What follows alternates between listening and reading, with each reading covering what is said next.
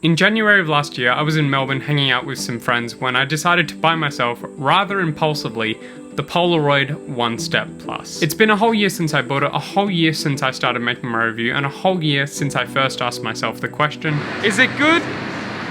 Does it deserve the plus? I don't know yet. I just got this camera, so let's figure it out.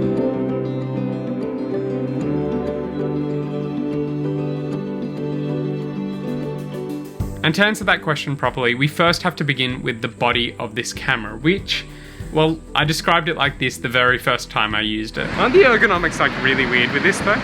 It's incredibly awkward. I understand that these Polaroids have to be a certain shape and size for the cassettes that you put in them, but the button placement is rather awkward with this camera. And what's worse is that I know it can be done better from my Spectra System camera, my old classic Polaroid. All the controls are next to each other and the shutter is in a spot that makes sense. This is how you operate this camera. It is still super awkward for the left hand, but you can put a strap on the side of this one. I mean, this makes sense. Whereas this, this just sort of feels a bit wrong when you're changing things. Don't get me wrong, this aesthetic looks cool. I like it, but the buttons could just be a little bit more logically placed. But yeah, that's a very scrutinous way of looking at things, but none of that stuff really matters at all if the camera shoots well. And this camera shoots well. My initial impressions were that I really liked it. It was so much fun and the images were good. They weren't perfect, but I don't think they're meant to be. The only hiccup I had at all with those first few shots was getting a decent exposure, which is to be expected when you're shooting with a camera for the very first time. It made for a really fun shooting experience. And on top of that, to make it even more fun, I was hanging out with my friends from Decaffeinated Photography, Josh and Alex, when I got this camera. What are we doing today, by the way? We're filming. We're filming a video for Decaf. Decaf is the best channel all around, even though we haven't uploaded in 3 months. Subscribe to Decaf. Subscribe to Danilo Allen. On that day, I was being a cameraman and shooting a video for their channel, which, if you want to see that, it's linked down below. But yeah, if I had to choose a favorite from that first cassette of film, it would be this one. A lovely double exposure that my cousin took of me, which we used the iPhone app of this camera to shoot. Yeah, you heard me right. This camera, this analog camera, has an iPhone app. There's a Bluetooth connectivity feature that you can use to add more features to this camera. Honestly, I haven't really used the app that much other than the double exposure feature but in the spirit of good reviewing, I suppose I should give every single feature a try, and that's exactly what I've done today here in very noisy Brisbane. I tried out nearly every single feature, and I say nearly because I didn't try the portrait mode or the noise trigger mode, because honestly, I don't need a noise trigger, and the portrait mode, it uses the distance sensor of the camera to tell you how far away your subject is, how far away they should be to get good bokeh. It's a gimmick. As for the features I did use, well, of course, I had to do a lovely little double exposure, and double exposures are just so fun on this camera. The way that my thumb curls up with my thumbs up is weird, and now I have a picture of that. In fact, I actually have two, because I took another picture using the manual mode of this camera. Here are another 2 images that I got with manual exposure.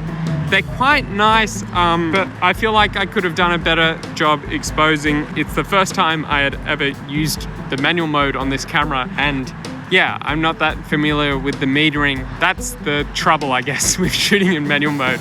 There's no one to blame but yourself. And speaking of all that metering, unrelated to the app, I decided to try out the 3 different exposure compensation modes from dark to light. What this teaches me really metering wise is that exposing darker is what one should probably do. When stuff overexposes, it just doesn't look as nice as underexposed elements. Here's another manual mode shot, and that's that. I only actually tried out 2 features from the app out of the several features. I'm probably going to try some out when I get back home. I was just mostly trying to learn how to use the manual mode on this camera. I'm still a bit dodgy with it, but I think I'll get there. At the train station on the way home, and when I finally got back home, I tried out some long exposures, which gave me some interesting results. After the fact, I discovered that the maximum focal length of this camera can vary from 5 meters to infinity depending on the aperture that you've selected. So unfortunately, you have to close down your aperture all the way to get landscapes in focus. And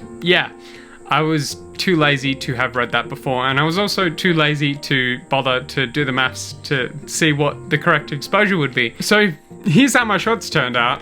I even tried the light panning feature of the app, and that didn't go too well either. I really do like the app and how it unlocks a bunch of different features on this camera, but at the same time, why didn't they just, add the features to the camera to begin with? Polaroid's meant to be an analog process, but when you have to use your iPhone, it's not that analog, is it? Also, the design of the app is terribly clunky. I mean, it was honestly a better experience ripping open the packaging for a new cassette than it was to use any feature of the app.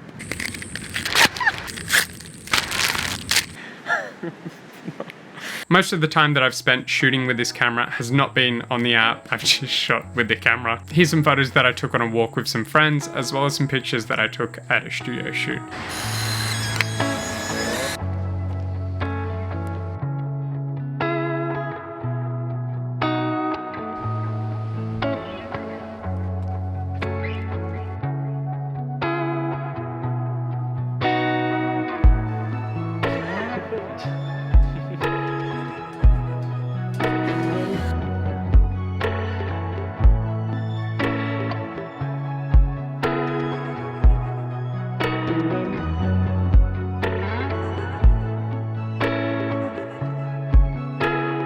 The experience that you get shooting with Polaroid is like nothing else. Within a matter of minutes, you get to physically hold the images in your hands, and it's truly wonderful, but it's obviously not perfect. The biggest problem with Polaroid at the moment is the film that you get with it. The Polaroid company that made my Spectra system is not the same company that made the One Step Plus. The old Polaroid wound down their instant photography business in 2008. There was a period of time there where they stopped making the chemicals and they lost all the recipes. A number of chemical suppliers that existed solely to provide Polaroid with the chemistry they needed for film production went out of business. The Impossible Project, now known as Polaroid Originals, took over. They had to reverse engineer Polaroid film. The idea is that it's going to get better and better and better over the next few years until they finally manage to crack it and finally make Polaroid what it was. But yeah, they're not there yet, and the film is incredibly temperamental. You may have noticed in the photographs that I took in Brisbane the other day, they're quite deteriorated. And the worst part is that these problems aren't unique to me. If you just go on the website of Polaroid Originals,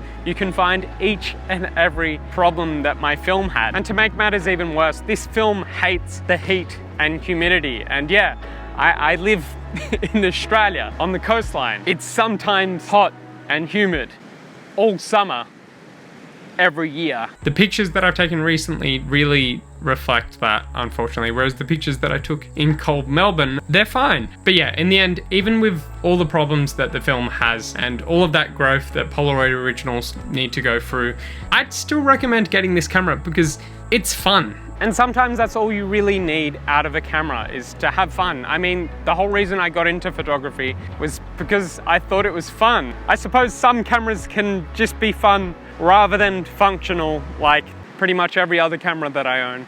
But yeah, I'm not gonna bag on Polaroid Originals too much because hopefully in some future, their film will be fixed and everything will be fine. I suppose I'm hopeful for that future, and I believe that Polaroid Originals will fix up all their problems. And yeah, I made this whole video without having ever used Fujifilm's competition to Polaroid, their Instax system. In the next 2 or so days, I should be getting my hands on one of those cameras. So in the next month or so, you can expect a whole video about the Instax system. And if you want to see that, well, you're gonna have to make sure to subscribe if you haven't already. While you're at it, hit the thumbs up button and smash that notification bell if you haven't done it.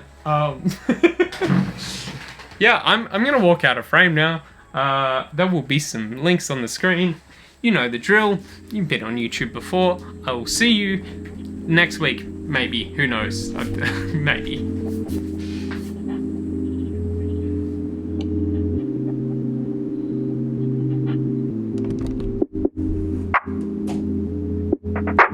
Please subscribe.